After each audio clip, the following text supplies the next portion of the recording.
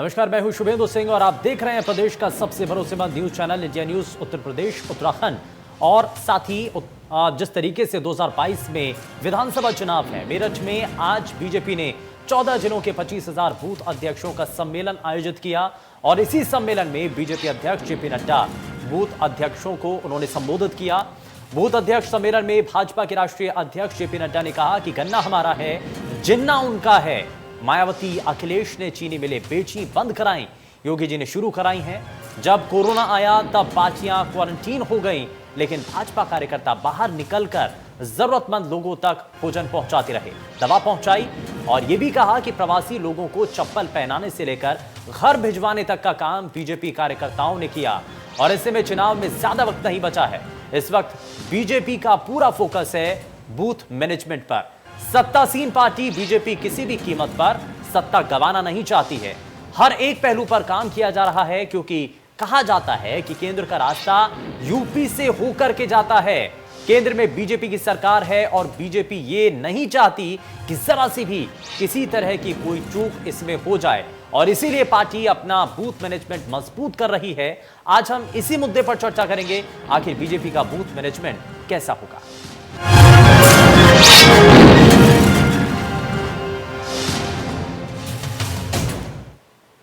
तो विधानसभा चुनाव से पहले सभी राजनीतिक दलों की तरफ से कोशिशें हैं, लेकिन बूथ सम्मेलन जब होता है, भारतीय जनता पार्टी का राष्ट्रीय अध्यक्ष जेपी नड्डा इसमें शामिल होते हैं, कार्यकर्ताओं को इसमें संबोधित किया जाता है, तो आगे आने वाले समय की रणनीतियों को स्पष्ट किया जाता है। कार्यकर्ताओं को उत्साहवर्धित करने के लिए, कार्यकर्ताओं में एक उत्साह बनाए रखने के लिए वो संबोधित करते हैं और साथ ही कोरोना काल का जिक्र किया जाता है। देश और दुनिया ने देखा कोरोना संक्रमण के समय में जब अपने ही अपनों से दूर हो गए थे, तो उस वक्त जेपी नड्डा इस बात को ये जरूर बताते हैं कि सभी राजनीतिक दल उस वक्त क्वारंटीन थे, कोई बाहर निकल करके सामने नहीं आ रहा था, लेकिन जनता की सेवा में बीजेपी का कार्यकर्ता हमेशा आम जनता के साथ खड़ा रहा। उन्होंने बड़ी मेहनत के साथ, चाहे वो चप्पल जो पैदल जो प्रवासी मजदूर जा रहे थे उनको पहनाई हो, या फिर वापस से उनको उनके घर तक पहुंचाने का जिम्मा हो, तो ये सभी काम भारतीय जनता पार्टी के कार्यकर्ताओं ने किया। और इसी की बदौलत अब आने वाले समय के अंदर लोग भी ये देख रहे हैं, समझ रहे हैं कि कौन उस मुश्किल भरी घड़ी के अंदर किसके साथ खड़ा हुआ था, कौन राजनीतिक दल था किसके साथ खड़ा हुआ था, ये सभी चीजें हैं। लेकिन हर कोने से खास तौर पर अब बात यही नजर आ रही है, क्योंकि एक बार फिर से कोरोना के नए वेरिएंट ओमिक्रॉन को लेकर के चर्चाएं तेज हैं, तो जाहिर तौर पर एक बार फिर से इस विधानसभा चुनाव के अंदर क्या वाकई में नजर आ रहा है कि कोरोना संक्रमण का खौफ और खतरा, इससे पहले भी जो हम 2 लहर देख चुके हैं, क्या वाकई में वो एक बड़ा मुद्दा रहेगा। कोरोना संक्रमण के समय में सरकार का जो प्रबंधन था कितना कारगर साबित हुआ, क्या वाकई में उसकी वजह से बहुत हद तक लोगों को बचाया गया, क्योंकि भारतीय जनता पार्टी के नेता, सरकार के मंत्री तमाम इसी तरीके के दावे कर रहे हैं, लेकिन क्या इन दावों की असल मायने में सच्चाई है और कितना इनसे आने वाले समय की राजनीति में असर पड़ता हुआ देख पाएंगे, जरा ये बहुत सारे सवाल हैं, इनको जरा समझने की कोशिश होगी। लेकिन वहीं दूसरी तरफ चाहे इससे पहले गन्ना किसानों का जिक्र हो, चाहे इसमें आम किसानों की बातें हो, क्योंकि बार बार ये कहा जा रहा है कि 3 कृषि कानूनों को वापस देने का अगर फैसला लिया गया तो ये भी किसानों के हित में लिया गया। इसमें अगर समझाइश में कोई कमी रही है तो उसको भी प्रधानमंत्री ने स्वीकार करते हुए 3 कृषि कानूनों को वापस देने का रास्ता तय किया और वापसी भी इन तीनों कानूनों को लिया जा चुका है। तो क्या डैमेज कंट्रोल जिस मकसद के साथ तीनों कानूनों को वापस दिया गया, क्या वाकई में डैमेज कंट्रोल किया जा चुका है? क्या वाकई में किसान संगठन के नेता जो अभी तक सरकार से खफा नाराज नजर आ रहे थे, लेकिन अब एक नई तरीके की जब बातचीत शुरू हो रही है, तो क्या वो भरोसा एक बार फिर से सरकार के साथ किसानों का बन पाया है? क्या इसका फायदा आने वाले समय के अंदर विधानसभा चुनाव के अंदर भारतीय जनता पार्टी के फेवर में किसान होता हुआ नजर आएगा, या फिर विपक्षी खेमा जो बार बार आरोप लगा रहा है कि ये सब कुछ जनता के, किसानों के दबाव में आकर के भारतीय जनता पार्टी या सरकार को बड़ा फैसला लेना पड़ा, ये सब कुछ किसानों के दबाव का असर है, किसानों के इस प्रदर्शन का असर है, विपक्षी खेमे की ताकत का असर है, जो कि सदन से लेकर के सड़क तक किसानों के साथ खड़ी रही। लेकिन अब यहां पर यह जरूर बार बार सवाल उठ रहा है कि जब बड़े नेताओं को इसमें शामिल किया जा रहा है, बीजेपी के अलग अलग नेता उत्तर प्रदेश के अंदर आकर के, उत्तर प्रदेश पहुंच करके अपने बीते समय को बता रहे हैं कि क्या उनके द्वारा काम किए गए। साथ ही आप ये गौर करिएगा और ये आप देखिए एक बारी, तो आप अंतर खुद करेंगे। जितने भी भारतीय जनता पार्टी के नेता मंच से आकर के जनता को संबोधित करते हैं, वो अंतर और तुलना जरूर करते हैं पिछली सरकारों के साथ। पिछली सरकारों में क्या होता है, क्या होता रहा था और आज की सरकार में क्या हो रहा है, इन दोनों चीजों को, इन दोनों तस्वीरों को जरूर दिखा करके अंतर दिखाने की कोशिश की जाती है। लेकिन यहां पर भारतीय जनता पार्टी के राष्ट्रीय अध्यक्ष जेपी नड्डा की तरफ से कहा गया कि गन्ना हमारा है, जिन्ना उनका है। तो इस बात के क्या मायने हैं? क्या वाकई में अब ये एक बार फिर से जो जिन्ना के नाम को लेकर के सियासत शुरू हुई थी इससे पहले तक, जिसको माना जा रहा था कि अब ये ठंडे बस्ते में जा चुकी है, लेकिन क्या भारतीय जनता पार्टी इस विषय को विधानसभा चुनाव तक पहुंचते पहुंचते जीवंत रख पाती है? क्या इस मुद्दे के आधार पर आगे आने वाले समय का ये चुनाव होता है? क्या ये वो विषय रहेंगे? क्योंकि चचा जान, अब्बा जान, जिन्ना, गन्ना, ये ऐसे कुछ ऐसे शब्द नजर आते हैं जिनके इर्द गिर्द ये उत्तर प्रदेश का चुनाव और इसकी कैंपेनिंग नजर आ रही है।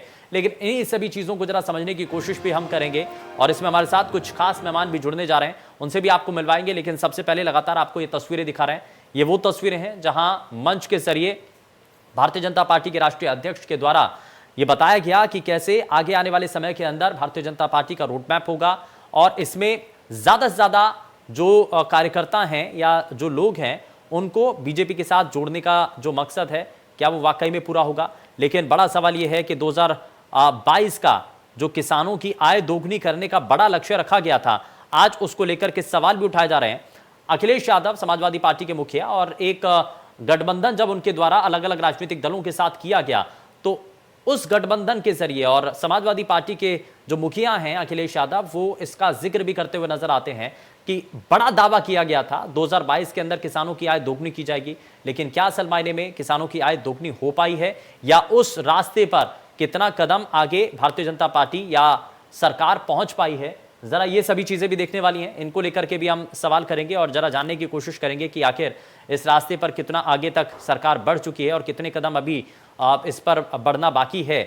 क्या आगे आने वाले समय का रोड मैप है? क्योंकि 3 कृषि कानूनों के जरिए ये माना जा रहा था कि सरकार अपने विजन के साथ चल रही है और ऐसे में 2022 तक का जो लक्ष्य है वो तय कर पाने में बहुत हद तक कामयाब साबित हो पाएगी। लेकिन अब 3 कृषि कानूनों की वापसी के बाद क्या इसके अंदर कितना डिले भारतीय जनता पार्टी या सरकार के मंत्रियों को लगता है, इसमें कितना और समय लगेगा?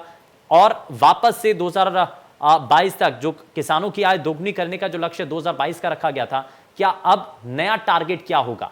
2022 तक तो किसानों की आय दोगुनी नहीं हो पाई, लेकिन अब अगला टारगेट किसानों की आय दोगुनी करने का भारतीय जनता पार्टी की तरफ से क्या लक्ष्य रखा जाएगा, ये फिलहाल देखने वाली चीजें हैं।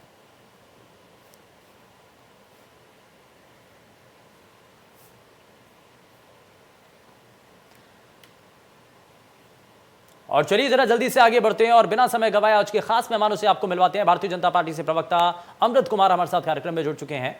माफ कीजिएगा, अमृता कुमार जी हैं हमारे साथ। अमृता जी, बहुत स्वागत है आपका कार्यक्रम में। समाजवादी पार्टी से प्रवक्ता जावेद अहमद हमारे साथ कार्यक्रम में जुड़ चुके हैं। जावेद अहमद जी, बहुत स्वागत है आपका कार्यक्रम में। और राजनीतिक विश्लेषक दिलीप यशवर्धन हमारे साथ कार्यक्रम में जुड़ चुके हैं। दिलीप जी, बहुत स्वागत है आपका कार्यक्रम में।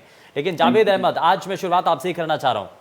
बार बार बहुत सारी चीजों को लेकर के सवाल उठाया जा रहा है। सवाल तो यह भी है कि आज अखिलेश यादव की तरफ से यह भी कहा गया कि यूपी बदलाव चाहती है, यूपी की जनता बदलाव चाहती है और बदलाव के इस रास्ते पर कितना आगे बढ़ चुकी है यूपी की जनता, क्या आपको नजर आ रहा है? चलिए, लग रहा है शायद आवाज नहीं पहुंच रही है। मैं जरा भारतीय जनता पार्टी की प्रवक्ता अमृत कुमार हमारे साथ हैं कार्यक्रम में। अमृत जी, शुरुआत मैं जरा आपसे कर लेता हूं। ये जो बार बार आज मंच के जरिए भी जेपी नड्डा जब पहुंचते हैं मेरठ में, तो वहां से ये कहा जाता है कि गन्ना हमारा, जिन्ना उनका, इस बात का मतलब क्या है और मकसद क्या है? क्या वापस से जो जिन्ना को लेकर के राजनीति चल रही थी, जिसको माना जा रहा था कि शायद ये अब इसका चैप्टर क्लोज हो चुका है, लेकिन वापस से किताबें खुल रही हैं, वापस से पन्ने पलटे जा रहे हैं? देखिए, हमारे राष्ट्रीय अध्यक्ष जी ने जो अभी आप बता रहे हैं कि उन्होंने गन्ना और जिन्ना की बात की है, उसमें उसका मतलब सिर्फ यही निकलता है कि गन्ना किसान आज भी हमारा ही है। ये लोग चाहे कितने भी दावे कर लें कि किसान इनके साथ है या किसान सम्मेलन की वजह से कुछ हुआ है, पूरी तरह से हम आश्वस्त हैं कि गन्ना हमारे साथ ही है। ये इन लोगों को जरूरत पड़ती है जब भी चुनाव आते हैं, कभी जिन्ना का भूत निकलता है, कभी कोई भूत निकलता है। हमें उस चीज की जरूरत नहीं पड़ती, क्योंकि हम बराबर अपने क्षेत्र में अपने किसान भाइयों के साथ, अपने देशवासियों के साथ में हम हमेशा जुड़े रहते हैं। हमारा एक चाहे बूथ पन्ना प्रमुख तक भी, आज हमारे अध्यक्ष जी ने बहुत बड़ी बात कही कि हम अपने पन्ना प्रमुख के साथ लेके चलेंगे। और हमारा पन्ना प्रमुख जो है, आज आपके सामने मैं बैठी हूँ, मैं भी अपने यहाँ की पन्ना प्रमुख हूँ। हमारे जो राष्ट्रीय अध्यक्ष हैं वो अपने बूथ के पन्ना प्रमुख है। हम लोग हर घर में हैं, हम लोग हर घर में जाके अपने बारे में बताते हैं और लोगों से ये जानते हैं कि उनको कोई नाराजगी तो नहीं है। तो हमारा जो अभी तक का विश्लेषण निकला है यही निकल के आया है कि गन्ना हमारा है।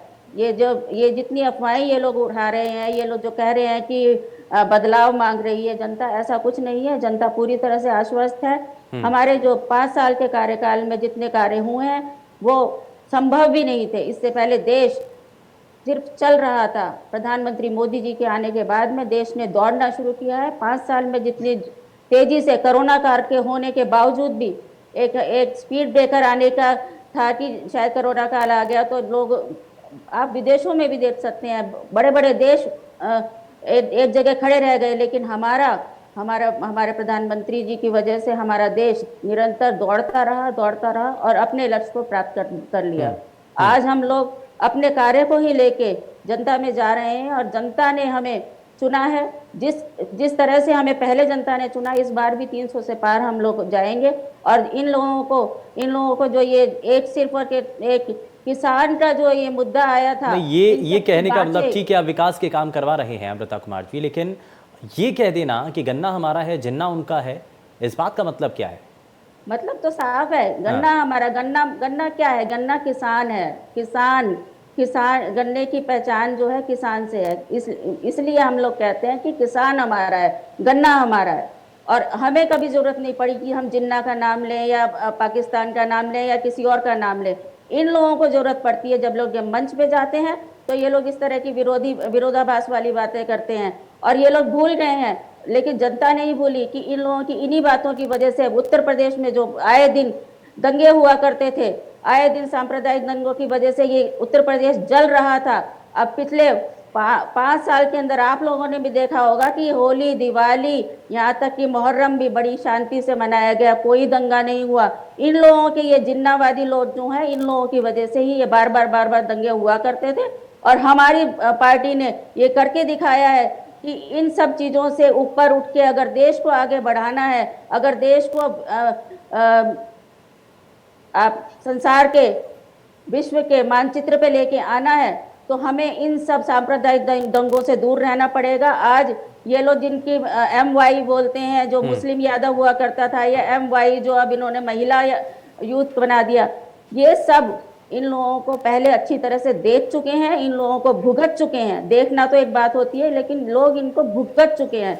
उसको आसानी से लोग 5 साल इतना बड़ा कार्यकाल नहीं होता है कि ये लोग भूल जाएंगे कि इनके साथ क्या हुआ। और ये उत्तर प्रदेश जो निरंतर एक खाई में धंसता जा रहा था, लोग उत्तर प्रदेश की तरफ देखना नहीं चाहते थे, कोई कारोबार नहीं करना चाहते थे, निरंतर उत्तर प्रदेश से पलायन की स्थिति इन लोगों ने बना दी थी। आज लोग वापस आ रहे हैं। इसी बात का तो जिक्र कर रहा हूं कि कोई भी संबोधन होता है भारतीय जनता पार्टी का, चाहे कोई प्रवक्ता भी हो, सरकार का कोई मंत्री हो या बड़े से बड़े नेता हो, वो पिछली सरकारों से तुलना जरूर कर रहे हैं। और इस तुलना को करते हुए जरा ये बताने की भी कोशिश होती है कि पहले क्या हुआ और आज क्या हो रहा है। जावेद अहमद, इसी से मैं शुरुआत कर रहा हूं कि ये कहा जा रहा है कि ये जो जिन्ना शब्द का जो इस्तेमाल है ना, वो इस विधानसभा चुनाव से पहले आपने ही तो देन है, आपकी ही तो देन है, आपने शुरुआत की है और अब इसी को लेकर के आपके ऊपर आरोप लगाए जा रहे हैं। जावेद अहमद, नहीं देखिए सुबेन जी, ये आरोप लगाने के लिए कुछ भी कहें, वो इतिहास की चर्चा पर क्या उल्लेख किया गया, अखिलेश जी ने क्या कहा, उस पर चर्चा नहीं। चर्चा हो गई उस बात पर जिसका कोई औचित्य नहीं था। अगर हम इस तरीके की बात करें तो भारतीय जनता पार्टी का जो पिछला इतिहास है वो किस तरीके का है, इतिहास आईना दिखाने का काम करता है, ये भी भारतीय जनता पार्टी को याद रखना चाहिए। तो बहन जी, अगर इस तरीके से हम कहें तो इस देश के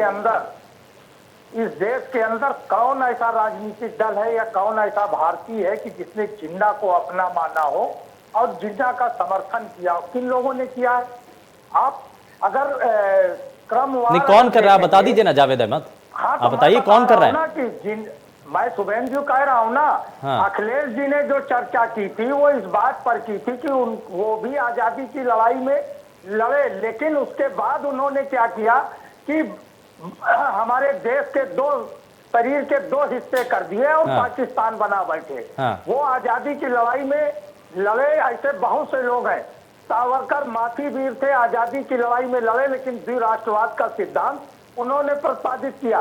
भारतीय जनता पार्टी के लौह पुरुष लाल कृष्ण आडवाणी जी जिन्ना की कब्र पर उनके पैरों पर सर रखकर उनको श्रद्धांजलि देने गए, और विजिटर बुक में उन्होंने क्या लिखा कि जिन्ना जो है विश्व के सबसे महानतम सर्वकालिक धर्मनिरपेक्ष व्यक्तित्व के राजनेता थे। ये तो लाल कृष्ण आडवाणी जी ने लिखा। भाजपा का जब इससे भी पेट नहीं भरा तो भाजपा सरकार के कद्दावर नेता और उस समय विदेश मंत्री रहे जसवंत सिंह जी ने इस तरीके से उनकी प्रशंसा में एक पुस्तक लिख डाली। तो ये इतिहास है। अखिलेश जी ने ये नहीं कहा।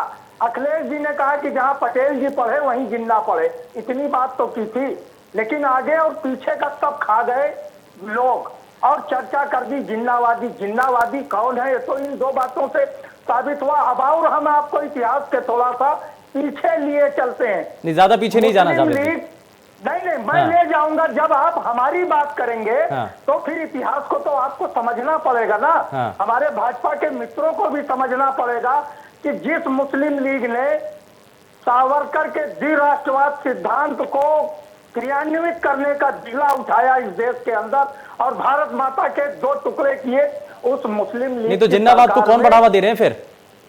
जिन्नावाद को बढ़ावा कौन दे रहे हैं फिर? आप 10 सेकंड मेरी बात और सुन लीजिए और आप स्वयं स्पष्ट कर देंगे कि इस देश के अंदर जिन्नावादी कौन है और भारतवादी कौन है, राष्ट्रवादी कौन है। जो मुस्लिम लीग भारत के बंटवारे का प्रस्ताव पारित कर चुकी थी, उस मुस्लिम लीग की सरकार में आरएसएस के कद्दावर नेता और जनसंघ के संस्थापक पंडित श्यामा प्रसाद मुखर्जी उप मुख्यमंत्री थे बंगाल की सरकार में। ये भी तो इतिहास का विषय है। तो शुरू से लेकर आखिरी तक जिन्ना की मुस्लिम लीग से लेकर आज तक प्रधानमंत्री, आप ये बता दीजिए कि कोई भी पाकिस्तानी क्या भारत का हितैषी हो सकता है, भारत का शुभ चिंतक या हित चिंतक हो सकता है? पाकिस्तान का कोई भी नागरिक क्या भारत की का विकास देखना चाहेगा, भारत का सशक्तिकरण और उत्थान देखना चाहेगा? हर पाकिस्तानी भारत की बर्बादी का सपना दिन में देखता है। उसी पाकिस्तानी प्रधानमंत्री की मां का चरण स्पर्श करके भारत की बर्बादी का आशीर्वाद लेने के लिए प्रधानमंत्री नरेंद्र मोदी गए थे। तो जिन्नावादी कौन है, राष्ट्रवादी कौन है, भारतवादी कौन है, भारत का विकास कौन चाहता है? चलिए ठीक है, ये साफ ठीक है। दिलीप जी, ये गन्ना, जिन्ना और उसके बाद चाचा जान, अब्बा जान, ये कुछ ऐसे शब्द हैं जो कि विधानसभा चुनाव से पहले हम सियासत के अंदर देख रहे हैं। जिस चैप्टर को हम क्लोज मान रहे थे, उस चैप्टर को एक बार फिर से, उस किताब को खोला गया है, वापस से पन्ने पलटे जा रहे हैं और जिन्ना का जिक्र एक बार फिर से होने लगा है। और सवाल तो अब ये उठ रहा है कि जिन्ना की शुरुआत अगर आपने की तो अब हम किसानों की बात कर रहे हैं। वो इसलिए कह रहे हैं बीजेपी के नेता बार बार कि गन्ना हमारा है और जिन्ना आपका है। अरे गन्ने के लिए तो दिलीप जी, ठीक है सर, आदित्यनाथ ने कहा था ठीक है कि गन्ने ठीक है जावेद जी, ठीक है सर, ठीक है योगी आदित्यनाथ की सोच। ठीक है दिलीप जी। जावेद जी भी खाली नहीं हो पाए हैं, थोड़ा इनको मौका और दे दीजिएगा। मैं ये कह रहा हूँ शुभेंदु जी कि अभी आप सरकार के बदलाव की बात कर रहे थे कि जनता बदलाव चाह रही है। मेरा भी मानना है कि जनता बदलाव चाह रही है, भले सरकार का बदलाव ना चाह रही हो, लेकिन कार्य करने के तरीके के बदलाव जरूर जनता चाह रही है। और अभी जो डॉक्टर अमृता जी हैं भाजपा की तरफ से, वो कारोबार की बात कर रही थी कि उत्तर प्रदेश में कारोबार ने बहुत बूम किया है।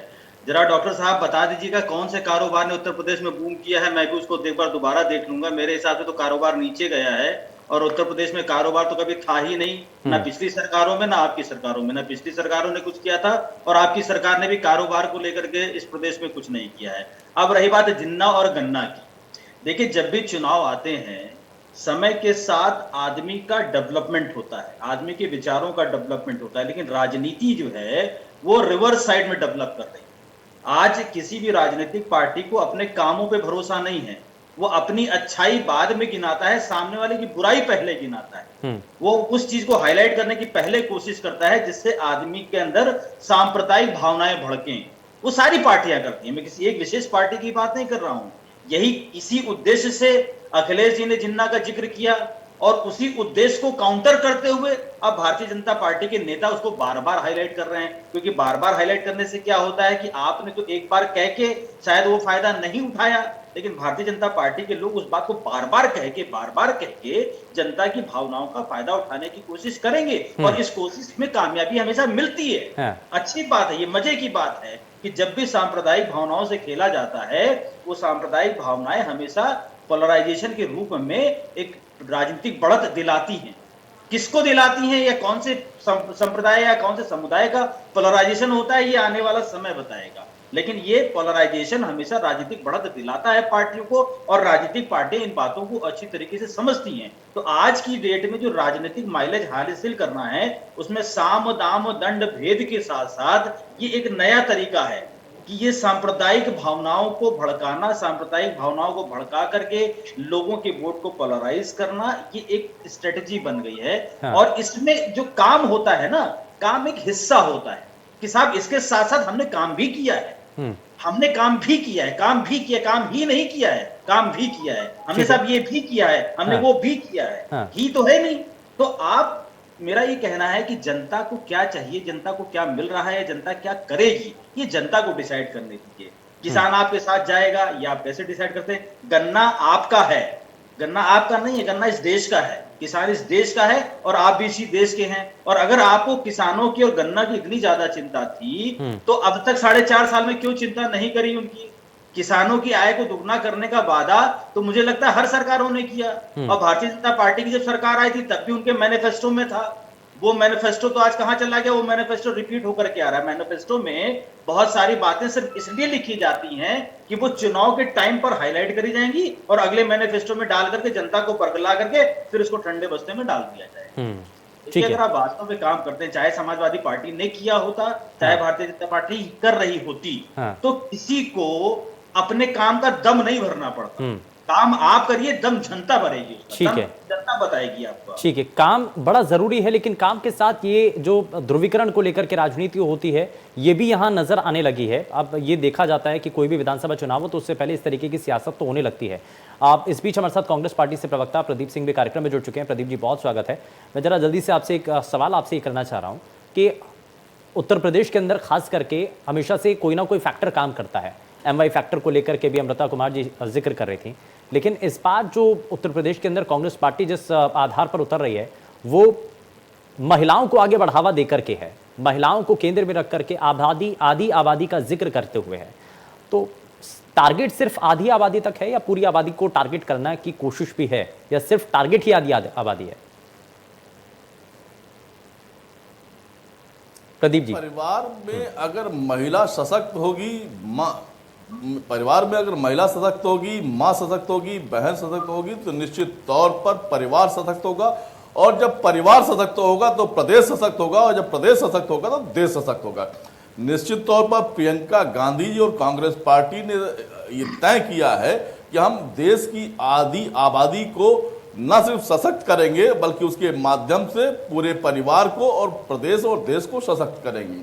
अभी आपके बहस के दौरान भारतीय जनता पार्टी के नेता गन्ना और जिन्ना पर चर्चा कर रहे थे। हमें कहना चाहते हैं कि ये देश और ये प्रदेश अब नाथूराम गोडसे और जिन्ना को छोड़ के बहुत आगे बढ़ चुका है। अब इस देश का नौजवान, इस प्रदेश का नौजवान रोजगार पर बात करना चाहता है, किसान 1400 करोड़ रुपए बकाये पर बात करना चाहता है, नहर पे बात करना चाहता है, पानी पे बात करना चाहता है। आपने जो बिजली के बिल जो फिक्स चार्ज 400 से 500 कर दिए हैं उस पर बात करना चाहता है। अपने आंदोलन के दौरान आपके द्वारा चलाई गई लाठियों पर बात करना चाहता है। 700 किसानों की जानें गई, शहीद हुए, उन पर बात करना चाहता है। आपके गृह मंत्री के गुंडे पुत्र द्वारा जिस तरह किसानों की हत्या की गई है उस पर बात करना चाहता है। निश्चित तौर पर इस प्रदेश का नौजवान अब रोजगार पर बात करना चाहता है, आपके बरगलाने पर नहीं आने वाला है। और वो देखना चाहता है कि पिछले 4.5 सालों में इस अहंकारी सरकार के खिलाफ आम आदमी की आवाज बनकर कौन राजनीतिक दल खड़ा रहा है। तो निश्चित तौर पर भारतीय राष्ट्रीय कांग्रेस खड़ी रही है। हमारे प्रदेश अध्यक्ष श्री अजय कुमार जी लल्लू खड़े रहे हैं, हमारी राष्ट्रीय प्रभारी प्रभारी महासचिव श्रीमती प्रियंका गांधी जी खड़ी रही प्रदीप जी, ये जनता के लिए भी थोड़ा सा मुश्किल हो जाता है इस समझना। किसान आंदोलन का बीजेपी के नेता ये कहते हैं कि कोरोना संक्रमण के समय में अगर कोई था, बाकी सारी पार्टियां तो आइसोलेशन में चली गई थी, वो ये कहते हैं। अखिलेश यादव ये कहते हैं कि हमारी एक इकलौती पार्टी थी जो कि जनता के हित के लिए काम कर रही थी। अब आप कह रहे हैं कि कांग्रेस पार्टी ने काम किया। जब इतना काम हुआ है, सब राजनीतिक दलों ने काम किया, तो इतना ज्यादा लोग प्रभावित क्यों हुए? फिर उनको सुविधाएं क्यों नहीं मिल पाई? फिर उनकी आवाज कोई बुलंद क्यों नहीं कर पाया? देखिए 15,000 से ज्यादा कांग्रेस, निश्चित तौर पर 15,000 से ज्यादा कांग्रेस पार्टी के कार्यकर्ताओं ने संघर्ष करते हुए जेल यात्राएं सही हैं। हमारी नेता प्रियंका गांधी 5-5 दिन जेल में रही हैं। हमारे नेता अजय कुमार जी लल्लू कोरोना काल में 3 महीने तक जेल में रहे। ये प्रदेश की आवाम जानती है, ये भारतीय जनता पार्टी के नेता तय नहीं करेंगे। और जब हम महिला सशक्तिकरण की बात करते हैं तो भारतीय जनता पार्टी के नेताओं के पेट में दर्द क्यों होने लगता है? इसलिए होने लगता है कि हम चिन्मयानंद के साथ नहीं खड़े हैं, इसलिए होने लगता है कि हम कुलदीप सेंगर के साथ नहीं खड़े हैं, इसलिए होने लगता है कि हम हाथरस की बच्ची की पीड़िता के साथ हम न्याय मांगने के लिए खड़े हुए थे, इसलिए कि हम बुलंदशहर में खड़े थे, इसलिए कि हम लखनऊ में खड़े थे, इसलिए कि हम उन्नाव में खड़े थे, इसलिए कि हम किसानों के साथ। सर ये आपने इस वक्त उत्तर प्रदेश के अंदर सियासी हालात तो ये हैं कांग्रेस पार्टी के कि उनके साथ कोई खड़ा नहीं है। दर्द होता है, उनके खुद के जो विधायक थे वो उनके साथ खड़े नहीं है। अहंकार और कुशाग्रता ऐसा क्यों है? प्रदेश की आवाम खड़ी है। नहीं, ऐसा क्यों है? जो आपकी पार्टी के जो विधायक रहे वो आपके साथ मौजूद नहीं है, छोड़कर दूसरे राजनीतिक दलों में जा रहे हैं, चाहे समाजवादी पार्टी में जा रहे हो या बीजेपी में जा रहे हो। ऐसा क्यों? शुभेंदु जी, जब चुनाव करीब आता है, इस तरह की भारतीय जनता पार्टी के तमाम नेता दूसरे दलों में जा रहे हैं, बसपा के तमाम नेता दूसरे दलों में जा रहे हैं, समाजवादी पार्टी के तमाम नेता दूसरे दलों में जा रहे हैं। ये चीज जो स्वार्थी लोग होते हैं वो कहीं न कहीं इधर से उधर जाने का प्रयास करते हैं और जनता उन्हें सबक सिखाने का भी प्रयास करती है। चलिए ठीक है। तो ये किसी आना जाना चुनाव के करीब राजनेताओं का लगा रहता है। बात बुनियादी मुद्दों की है, अमृता जी से जवाब ले लेते हैं। कौन खड़ा रहा इस पर है और प्रदेश की आवाम इसी पर अपना निर्णायक फैसला करने जा रही है। अमृता जी जरा जवाब दीजिए। रोजगार को लेकर के बात है, बात यह भी है कि कोरोना संक्रमण के समय में कौन किसके साथ खड़ा हुआ था, बात तो ये भी है कि पानी को लेकर की व्यवस्थाएं, बिजली के बिलों को लेकर के परेशानी, जरा जवाब दीजिए। देखिए, अभी रोजगार की बात की जा रही थी, तो सपा के सरकार के समय में 20 चीनी मिलें बंद कर दी गई थी और आज हमारे सरकार ने 119 चीनी मिलें इस समय चल रही हैं। तो क्या उसमें रोजगार नहीं मिला होगा? इतने बड़े बड़े हाईवे बने हैं, कारखाने खोले गए हैं और तमाम तरह के कार्य किए जा रहे हैं हमारी सरकार की तरफ से। क्या उसमें रोजगार नहीं मिला लोगों को? हमारे रोजगार मिला है अमृता जी। अब ऐसे बीच में बोलने से काम नहीं चलता है, बीच में बोलने से काम नहीं चलता है। के लिए सड़क पर आंदोलनरत है, उन पर आपकी पुलिस लाठियां चला रही, और आपके गुंडे हमारी पुलिस वालों के गुंडे टक्कर मारते हैं। आपके गुंडे क्या करते हैं आप वो बताइए। विधायक, आपके चांदा के विधायक ने विधानसभा अध्यक्ष को की, मीडिया में भी आपके विधायक ने आपके गुंडों की टूटी थी, जिन पर कार्रवाई आज तक नहीं। आप इनको नहीं, ठीक है, जरा एक एक करके जावेद जी एक मिनट, ठीक है, जरा जवाब ले लेते हैं, उसके बाद काउंटर कीजिएगा। अमृता कुमार जी बात रखिए। अभी मैंने आपको बताया चीनी मिलों के बारे में, जितने हमारे हाईवे बन रहे हैं उनके बारे में, कारखाने जो खोले गए उनके बारे में। और रही बात कांग्रेस के भाई की कि महिलाओं को लेके इनकी पार्टी आगे आ रही है, इनसे पहले तो हमारे प्रधानमंत्री ने ही महिलाओं के लिए इतने कार्य किए हैं। पहला एक कोई ऐसा प्रधानमंत्री इस देश में आया जिसने लाल किले से खड़े होकर शौचालय की बात की। वो शौचालय अपनी बहनों के लिए ही तो उन्होंने बनवाए हैं। उन्होंने परिवार कार्ड में महिला को सबसे ऊपर स्थान दिया, महिला के नाम से परिवार कार्ड बनवाया। वो महिला का सशक्तिकरण नहीं है क्या? उन्होंने महिलाओं के लिए अलग से थाने बनवाए, क्योंकि थाने में जाते थे जब समाजवादी पार्टी की सरकार थी, महिलाएं वहाँ पे जाके इतनी उनके साथ में अभद्रता होती थी थानों में कि वो अपने आप को लज्जित महसूस करती थी और थानों में नहीं जाती थी, इसलिए महिला थाने खोले गए। ऐसा नहीं है कि हमारी सरकार ने कुछ किया नहीं है, हमारी सरकार शुरू से ही महिलाओं के साथ में है और हमारी सरकार में जितनी तादाद में महिलाएं शायद इनकी पार्टी में हैं भी नहीं। दूसरी बात यह है कि इनका कहना था, अभी इन्होंने हाथरस वाली बात के लिए कहा, इनसे कोई पूछे, जिस दिन प्रियंका जी ने ये स्टेटमेंट दी थी कि मैं महिलाओं के लिए 50% लेके आ रही हूँ, 40% लेके आ रही हूँ, उसी दिन जिस समय वो घोषणा कर रही थी, उसी समय एक राजस्थान की एक बेटी के साथ में उसके पूरे परिवार के सामने खेत में बलात्कार हुआ और उसके पूरे परिवार को जला के मार दिया गया। क्या प्रियंका गांधी जी वहां गई थी, या इन लोगों ने उसके बारे में संज्ञान वहां लिया? चुनाव नहीं है ना, इस तरह की, हाँ, इस तरह की बातों को ये यहाँ पे ना उलझाए।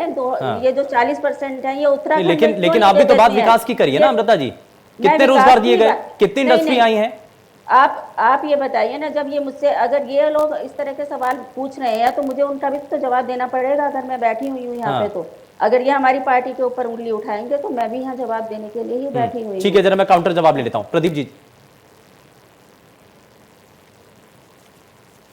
निश्चित तौर पर इनका जो प्रियंका गांधी जी उत्तर प्रदेश कांग्रेस की प्रभारी हैं, उत्तर प्रदेश की, एक बात। और जब हम महिलाओं की बात करते हैं तो हम वो पार्टी हैं, हमने राष्ट्रीय अध्यक्ष से लेकर प्रदेश अध्यक्ष तक महिला दिए हैं, भारत का राष्ट्रपति भी महिला दिया है, उत्तर प्रदेश की प्रथम मुख्यमंत्री भी महिला दिया है, और पंचायती राज के माध्यम से हमने महिलाओं का सशक्तिकरण तो पहले से स्टार्ट कर दिया था।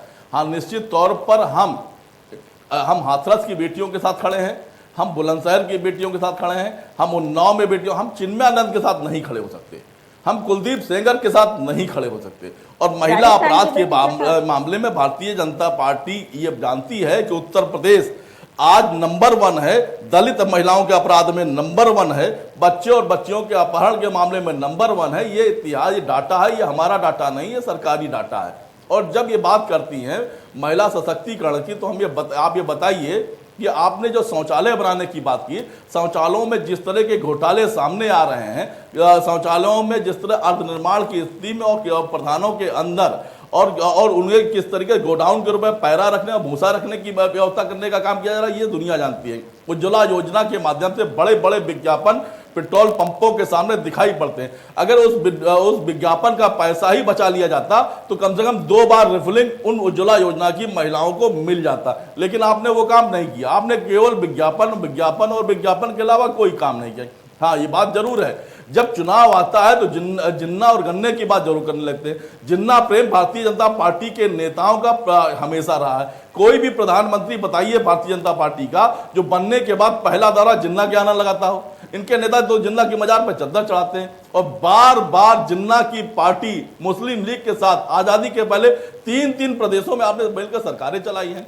उन्हीं सरकारों में आपने द्विराष्ट्र के प्रस्ताव पारित किए हैं। तो ये बात तो भारतीय जनता पार्टी जानती है और कितने मुफीद हैं जिन्ना उनके लिए, जिन्ना और उनकी विचारधारा कैसी है। हम नाथूराम गोडसे की विचारधारा से सहमत नहीं हो सकते, हम गांधी के विचारधारा से सहमत है। ये देश गांधी के विचारधारा को मानने वाला है, गांधी के लोकतंत्र को मानने वाला, और निश्चित तौर पर गांधी की आइडियोलॉजी को लेकर ये प्रदेश चलेगा, ये देश चलेगा, इस देश का नौजवान चलेगा और महिला सशक्तिकरण चलेगा। ठीक है, मैं जरा दिलीप जी को शामिल कर रहा हूँ। मैं जावेद जी आता हूँ आपके पास, लेकिन दिलीप यशवर्धन जी, सर जरा एक चीज़ तो बताइए, क्योंकि कामों को लेकर के बात है, अगर कामों की फेरिस्त जनता तक पहुंचानी है तो इसके लिए कार्यकर्ताओं का एक नेटवर्क अच्छा होना चाहिए, और इसीलिए तो बूथ मैनेजमेंट में बार बार कहा जाता है कि बीजेपी इसमें सबसे आगे रहती है, और यही इसके पीछे एक बड़ी रणनीतिक तौर पर ये तैयारी मानी जाती है कि अलग अलग राज्यों के अंदर अगर भारतीय जनता पार्टी का प्रदर्शन बेहतर होता है तो उसमें जो बूथ मैनेजमेंट है उस पर ज़्यादा फोकस होना, यही एक बड़ा कारण है। क्या यही वो चीज़ें हैं जो कि बीजेपी को बाकी राजनीतिक दलों से थोड़ा सा आगे बढ़ाती हैं? कुछ खामियां इसमें दूसरे राजनीतिक दलों की तरफ से यही कुछ नजर आती हैं क्या? इसको बेहतर करने की जरूरत है। शुभेंदु जी, इसमें कोई दो राय नहीं है। इस बात के लिए मैं भारतीय जनता पार्टी की तारीफ करता हूं कि चुनाव लड़ने का जो स्ट्रेटेजी, चुनाव लड़ने का जो तरीका भारतीय जनता पार्टी का है वो इस देश की किसी राजनीतिक पार्टी के पास नहीं। भारतीय जनता पार्टी 24 घंटे 365 दिन चुनाव लड़ती है। वो आज चुनाव खत्म करती है, कल से दूसरे चुनाव की तैयारी में लग जाती है। बूथ लेवल तक का मैनेजमेंट इनका बहुत अच्छा होता है। स्ट्रेटेजिकली ये लोग बहुत अच्छे तरीके से काम करते हैं। जनता के लिए करते हैं कि नहीं करते ये मैं नहीं कह रहा हूँ। स्ट्रेटेजिकली जो पॉलिटिकल स्ट्रेटेजी होती है अपनी चीजों को हाईलाइट करने की, अपनी चीजों को पॉपुलराइज करने की, अपनी चीजों को एडवर्टाइज करने की, जनता के दिमाग पे हिट करने की और जनता तक पहुंचने की, ये स्ट्रेटेजी भारतीय जनता पार्टी से अच्छी किसी पार्टी की नहीं होती है। और भारतीय जनता पार्टी 24 घंटे 365 दिन चुनाव लड़ती है। ठीक है, मेरा ये एक स्ट्रैटेजी है, ये स्ट्रैटेजी है, इसमें कुछ हद तक इसमें आगे बढ़ती हुई जरूर नजर आ सकती है, लेकिन जनता पर कितना इंपैक्ट डालती है ये देखने वाली चीज है। खैर समय थोड़ा सा कम है, बहुत शुक्रिया सभी खास मेहमानों का कार्यक्रम में शामिल होने के लिए, अपना कीमती समय इंडिया न्यूज को देने के लिए। लेकिन बड़ा सवाल यही है कि बूथ मैनेजमेंट से आगे बढ़ करके जो विकास के काम सरकार ने किए हैं, कितना वो जनता तक पहुंचे हैं, ये आपको आकलन करना है। पेशकश में फिलहाल के लिए बस उतना ही। नमस्कार।